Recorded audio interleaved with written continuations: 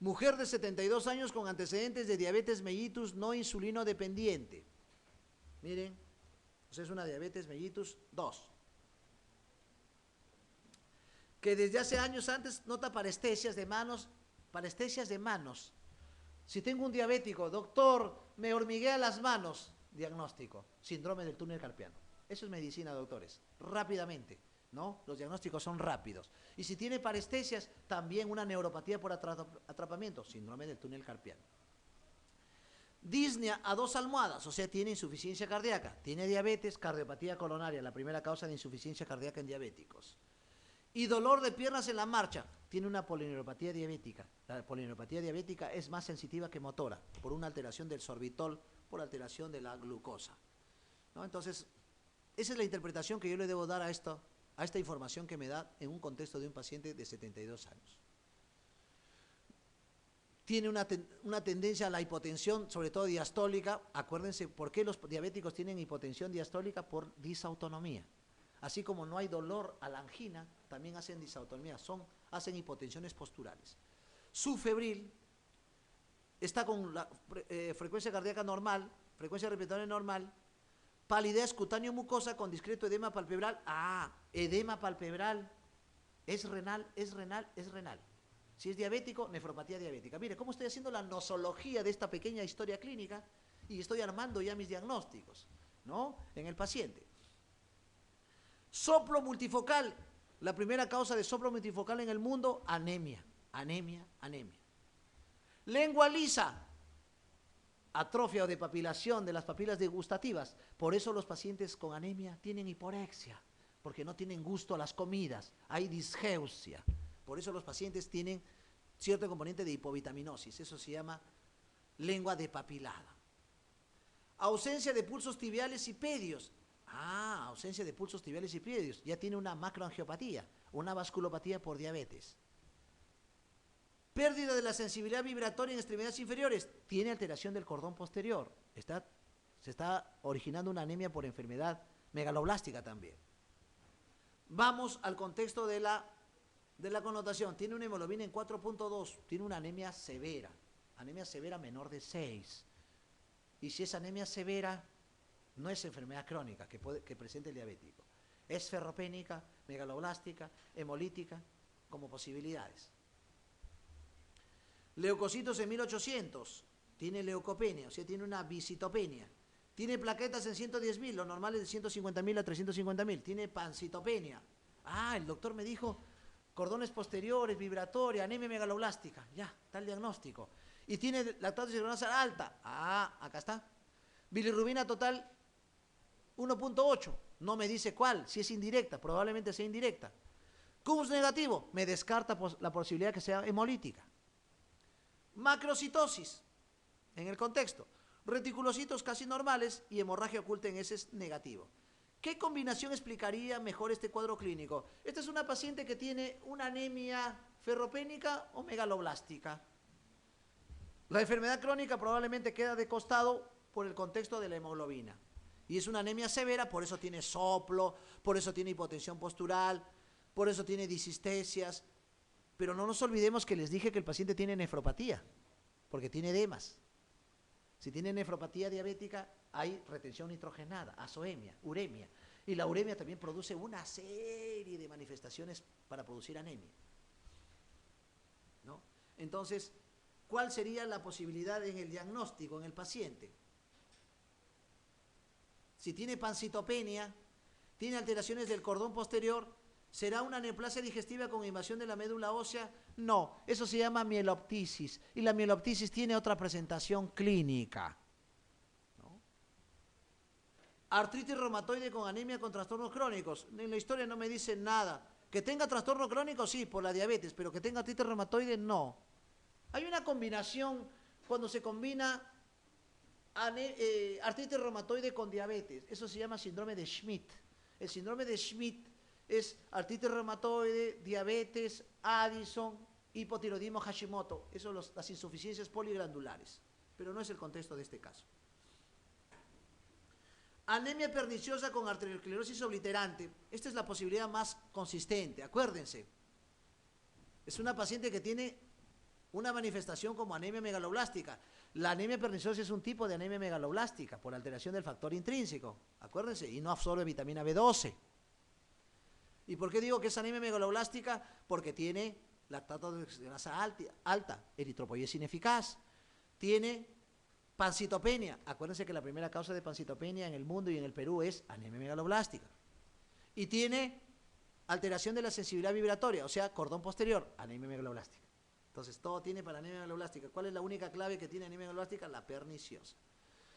Y tiene una arteriosclerosis propia de la diabetes, una macroangiopatía, ¿no? La 41 sería la C.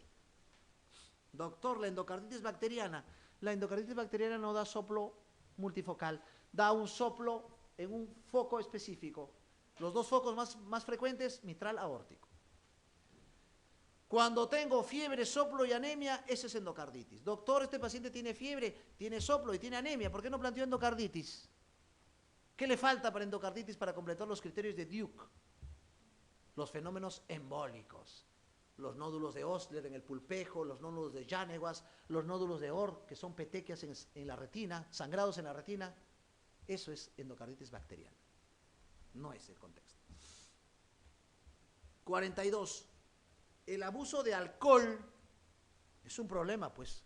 Los yangos, ¿no? OH, el salta para atrás, etcétera, etcétera, el para, ciertos tragos que a veces no son ni alcohólicos, ni son OH, desde el punto de vista de etanol, son metanol. Vemos muchas insuficiencias renal agudas y se mueren por intoxicación por metanol. ¿Qué tipo de anemia puede producir? Bueno, ya les mencioné, la 42 cae por su propio peso, ¿no? Puede ser una anemia megaloblástica o puede ser también una macrocitosis no megaloblástica. La clave es la E. Cuando hace hepatopatía, es lo que le llaman la hepatopatía alcohólica de Lennec. La cirrosis hepática de Lennec es por hepatopatía alcohólica. Es la florida, es la hepatopatía que da los estigmas hepáticos más floridos en la semiología clínica. Le crece la parótida, signo de Miculix, se le encoge la mano, contractura de Dupuytren, aparece eritema palmar, uñas de Terry, clubbing, ginecomastia, ausencia de vello pubiano axilar, son estigmas hepáticos. No se olviden, esa es la hepatopatía alcohólica de Lennec, el que inventó el estetoscopio. Eso él lo describió así. 43, en relación, entonces la 42, la clave, la E. 43, en relación con el tratamiento de la anemia perniciosa, ¿cuál de las siguientes afirmaciones es falsa? El mecanismo responsable dura toda la vida, el tratamiento es de por vida. La respuesta terapéutica es rápida, alucinante. El paciente está con reticulopenia, al día siguiente está con reticulocitosis. Alucinante la respuesta cuando le ponen vitamina B12. La vitamina B12 se debe administrar por vía parenteral, incluso intramuscular también. Esa es verdadera. La dosis terapéutica de vitamina B12 está en relación con la intensidad de la anemia, falso. La dosis es estándar, 1000 microgramos por dosis, diaria, por 7 días, luego por semana, luego cada mes y luego de por vida. ¿Ya? Entonces, la 43, la clave es la D, no está en relación a la intensidad de la anemia. La dosificación es estándar. El diagnóstico más probable de un paciente que presenta anemia crónica desde hace varios años, con episodios hemolíticos agudos, en infecciones, ferropenia crónica, episodio de trombosis, bueno, esto es, hasta ahí nomás, si conocen ustedes la nosología, rápidamente se responde. Un paciente que hace infecciones quiere decir que tiene neutropenia o leucopenia. Paciente que hace componentes hemorragíparos quiere decir que tiene trombocitopenia. Y el paciente que hace anemia, bueno, todo un contexto que puede ser ferropénica, megaloblástica o por enfermedad crónica. Este paciente que hace episodios hemolíticos con infecciones y tiene trombosis, este es un HPN, la hemoglobinuria paroxística nocturna. Lo demás ya es más sencillo, ¿no? Entonces, esta es una hemoglobinuria paroxística nocturna, más frecuente en raza negra, mayor de 40 años, es preleucémico, y lo característico es hace hemólisis y trombosis. Entonces, la 44 es la D. Paciente de 38 años que consulta por astenia. Mire, astenia, síntoma cardinal de anemia. Cuando viene un paciente a la consulta y diga, tengo astenia, me fatigo, cuando hablo, hasta el pelo, ¿no? Entonces el paciente hay que descartar anemia. Y tiene orinas oscuras. Cuando el paciente dice tengo orinas oscuras, ustedes están en la disyuntiva. ¿Es hemoglobinuria? ¿Es mioglobinuria? ¿Es coluria? ¿No? ¿Es hematuria? Entonces ustedes tienen la duda, ¿no? Orinas oscuras. Entonces, astenia con hemoglobinuria, la primera posibilidad es que sea una HPN, pues, una hemoglobinuria paroxística nocturna. En la exploración se objetiviza ictericia, porque hay hemólisis. En la biología, en las pruebas de laboratorio, hay anemia, hay leucopenia, hay trombocitopenia, hay aumento de reticulocitos, que eso indica hemólisis, lactato de hidrogenasa elevado con aptoglobulina baja. Esto es un cuadro hemolítico. Si tiene orinas oscuras, la que da más orinas oscuras es la hemoglobinuria. Y si tengo una paciente de 38 años, en ese contexto, una hemoglobinuria paroxística nocturna. Hasta ahí está el diagnóstico y ahí marcaríamos la clave. Pero acá le dan un refuerzo más, ¿no? El HIPE le dicen, o el HIPI, el marcador de la proteína membrana, el CD55 y CD59 es de proteínas de hemoglobinuria paroxística nocturna, el PIG, el gen PIG. Entonces, el diagnóstico es la clave, la E. Como ven, siempre vienen preguntas de ese contexto. Paciente mujer de 50 años de edad previamente diagnosticada de lupus eritematoso sistémico. Acá cae y siempre cae.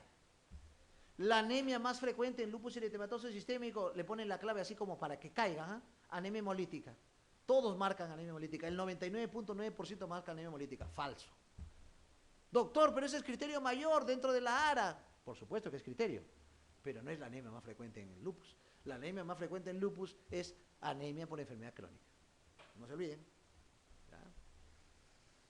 Acude por presentar astenia progresiva y disnea, o sea, tiene una anemia moderada severa. La exploración demuestra ictericia conjuntival, tiene hemólisis. Esplenomegalia 4 centímetros de reborde costal. Llama la atención que tenga esplenomegalia y hemólisis. Generalmente las anemias hemolíticas no hacen esplenomegalia. Las esplenomegalías tienen otro contexto de reactivas. Mielopatías, mielodisplasias, leucemias, linfomas, infiltraciones, infecciones como brucela, TB, etcétera, ¿no? Pero las inmunológicas no dan esplenomegalia. Ahí viene la pregunta que también siempre cae. En la drepanocitosis hay esplenomegalia. ¿Verdadero o falso? Falso, no hay esplenomegalia. El vaso es pequeño, hay hipomegalia. No el vaso está pequeño por infartos esplénicos. Eso también viene en la pregunta y siempre caen según las estadísticas. Dice, hay anemia, reticulocitos, así como el índice de producción de reticulocitos aumentados por hemólisis, y en el frotis se observa policromatofilia, que se ve en hemólisis, ojo, la policromatofilia se ve en hemólisis, la anisopoiquilocitosis, que se ve en ferropenias, y la esferocitosis, que se ve en hemólisis también. Hay hematíes esferocíticos que no indican simplemente esferocitosis hereditaria, se puede ver también en hemólisis. Elevación de la bilirrubina indirecta, eso es hemólisis, y aptoglobina indisminuida, eso es hemólisis. O sea, acá es una anemia hemolítica. Si es en lupus, es anemia hemolítica en lupus, ¿no? La 46. ¿Cuál sería el contexto de la respuesta? ¿Qué prueba analítica solicitaría para orientar y completar el diagnóstico de la anemia de este paciente? ¿No? Punción y biopsia de médula ósea, no hay que ser agresivos. Hay que pensar que podemos ser el paciente nosotros. Entonces, en realidad no, porque puedo tener instrumentos más indirectos, ¿no? En el contexto.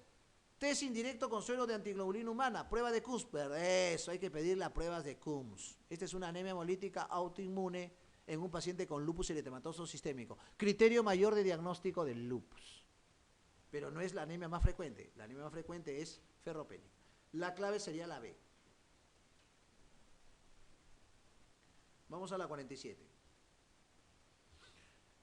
En relación con las beta-talasemias heterocigóticas, 47. También conocido como rasgo talasémico.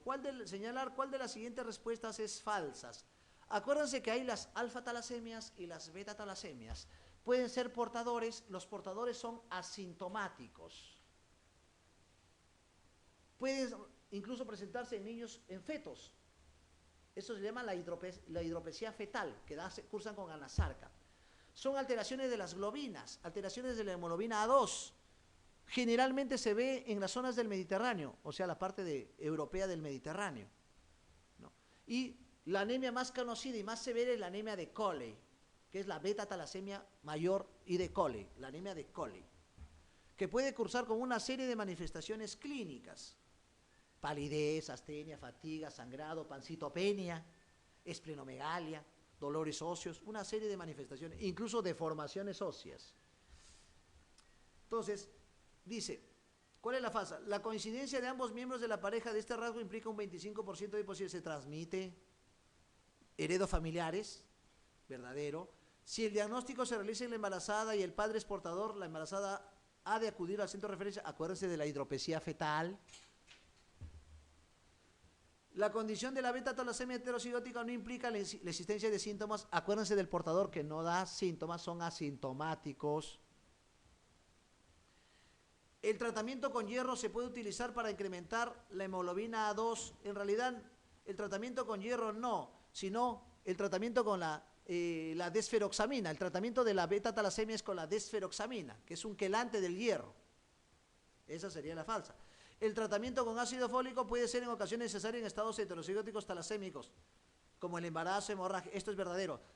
Parte del tratamiento de las talasemias es ácido fólico y desferoxamina. Entonces la clave que no está de acorde es la D, 47, la D. Señale cuál de las siguientes afirmaciones es correcta en relación con la crisis hemolítica por déficit de glucosa 6-fosfato deshidrogenasa. Acá entra el término fabismo, con B chica, fabismo. Hay personas que no saben que son intolerantes a la glucosa 6-fosfato deshidrogenasa. Algunos fármacos como la nitrofurantoína y el metronidazol pueden producir o exacerbar esta crisis hemolítica. Por eso es importante hacer este tipo de estudios. Y el fabismo es la ingesta de exceso de habas. Las habas pueden exacerbar las hemólisis. ¿Cuál de la afirmación es correcta? ¿Son independientes de las infecciones virales? No, pues se relacionan algunas como el parvovirus. ¿Son independientes de la ingestión de antipalúdicos? No. La quinina, la quinidina, que se usan como tratamiento de la malaria falciparum, puede producir déficit de glucosa 6-fosfato deshidrogenasa, hemólisis. ¿Son independientes de la intoxicación por bolas de naftalina antipolías? Falso, ¿no? ¿Son independientes de la ingestión de las habas verdes? No, es la clásica, por eso se llama fabismo. Tuve una paciente con fabismo, era compulsiva a comer habas. ¿Son menos frecuentes en las mujeres? En realidad la glucosa de sulfato de deshidrogenasa es más frecuente en varones. Esa es la correcta. La 48 es la A. Con relación a la hemoglobinuria paroxística nocturna, acuérdense que hay una alteración de unos receptores de membrana, CD55, del HIP. Señala cuál de las siguientes afirmaciones es falsa con respecto a la pregunta 49. ¿Es un defecto adquirido? Por supuesto. Falta la molécula de anclaje glucosa silfosfoinositol. Este es el HIP, pues, el HIP, en la membrana. Acuérdense del CD55, ¿no? Los marcadores. ¿Cursa con un aumento de la resistencia de la hematía a la lisis por el complemento? No, más bien es un aumento de resistencia, más bien es débil a la resistencia, por eso hay hemólisis, no es un aumento de la resistencia. Se acompaña de trombosis, esa es la característica, hemólisis más trombosis. Presenta leucopenia y trombopenia a menudo, presenta pancitopenia. Cuando tengan un paciente con hemólisis, pancitopenia y trombosis, planteen HPN, hemoglobinuria paroxística nocturna.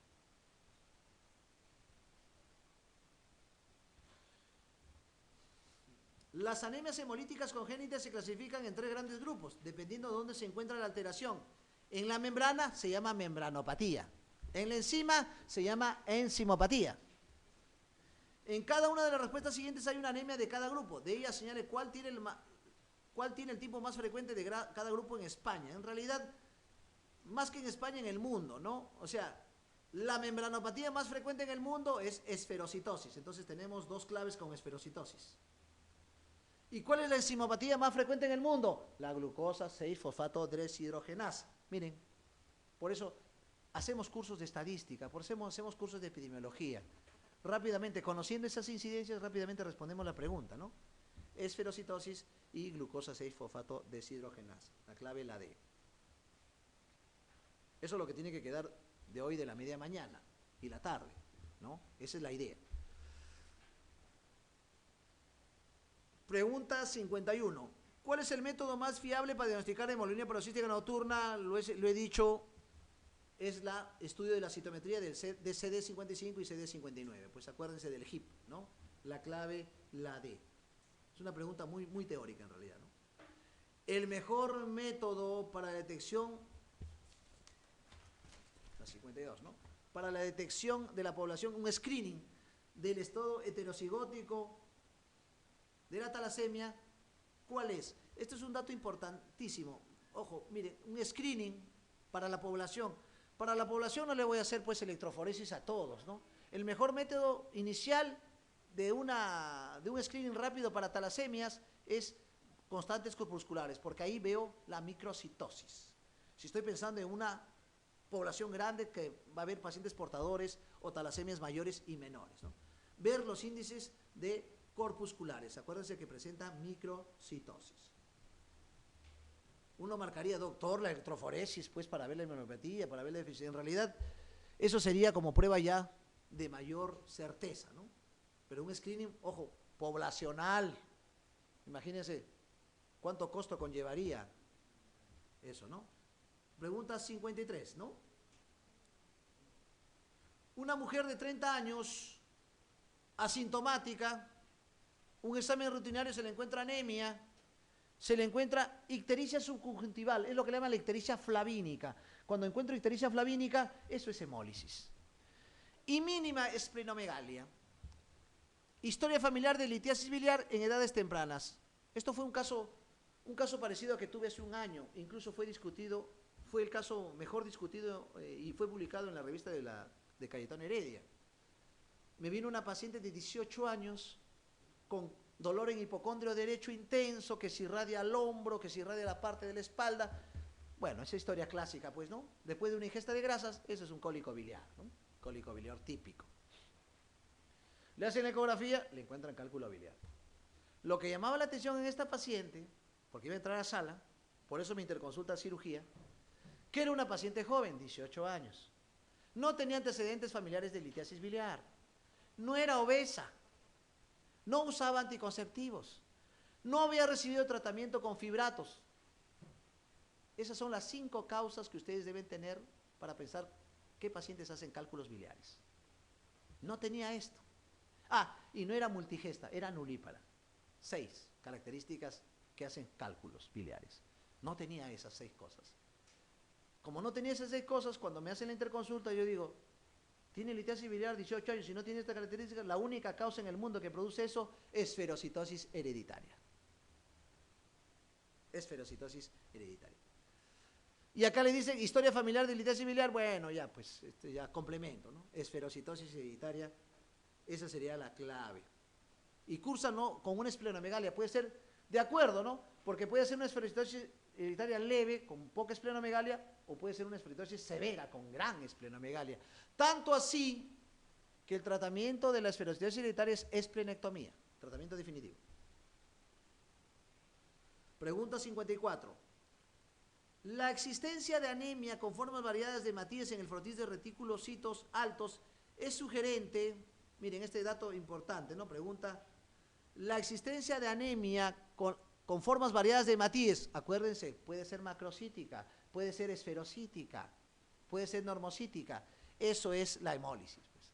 Reticulocítica, puede alterar la forma del hematía incluso, ¿no? La 54, anemia hemolítica, la que produce esos componentes. Vamos a la 55.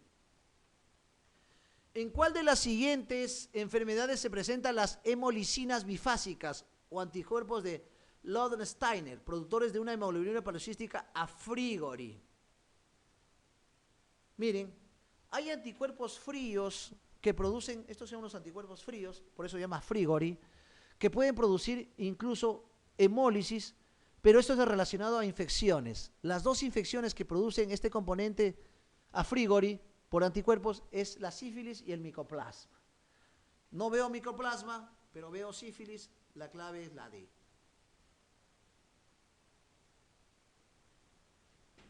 56.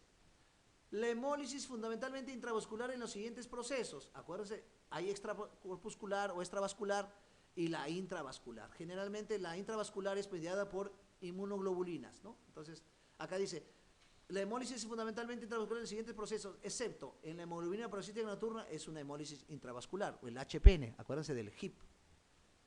La púrpura trombocitopénica trombótica, la enfermedad de Moscovich, que cursa con anemia hemolítica microangiopática, cursa con convulsiones, ahorita tengo un caso en mi hospital, cursa con dolor abdominal, insuficiencia renal aguda, dolor abdominal, convulsiones y hemólisis, anemia hemolítica microangiopática, eso es la PTT, trombótica. El tratamiento no es corticoides, el tratamiento es plasmaféresis. La glucosa 6-fosfato dihidrogenasa también. La coagulopatía intravascular diseminada, el CID, que es una coagulopatía asociada a infecciones. La causa más frecuente de CID en el mundo, sepsis. Shock séptico por gran negativo, las endotexemias. Entonces la clave, excepto de la intravascular, es la 56, es la B. Señale cuál de los siguientes procesos puede desarrollarse con cierta frecuencia una osteomielitis hematógena. ¿Qué les dije? Las drepanocitosis, que son un tipo de hemoglobinopatías, produce una serie de alteraciones. Nosotros hemos tenido 2 casos de drepanocitosis acá en el hospital. Un joven que fue, viaje de promoción, fue a Huaraz y comenzó a tener dolores óseos y un dolor intenso en hipocondrio izquierdo. Lo tuvieron que transferir a Lima y la ecografía se ve que había un infarto esplénico. Fue mi primer diagnóstico de drepanocitosis. Y el paciente produce grandes dolores óseos y grandes infartos esplénicos, incluso hasta trombosis, ¿no? Entonces, este paciente tiene la osteomielitis hematógena, es producida por la anemia drepanocítica. Acuérdense, el infarto óseo. Al infartarse el hueso, se infecta. Eso es la osteomielitis hematógena. Doctor, he visto ahí algodistrofia. ¿Qué es el algodistrofia? La algodistrofia es lo que le llaman la distrofia simpática refleja, aquellos pacientes que se le hincha una mano, un pie, con gran dolor y algias. Es un problema vasculonervioso, producido por traumas o producido en pacientes diabéticos o producido en pacientes postrados, algodistrofia. El Marfan es una conectivopatía, ojo, no se confundan con colagenopatía, que es otra cosa.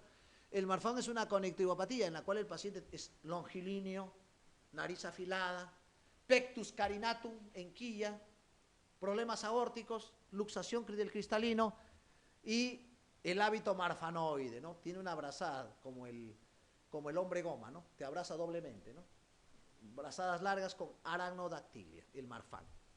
Entonces es bueno conocer algunos diagnósticos. Varón de 28 años con antecedente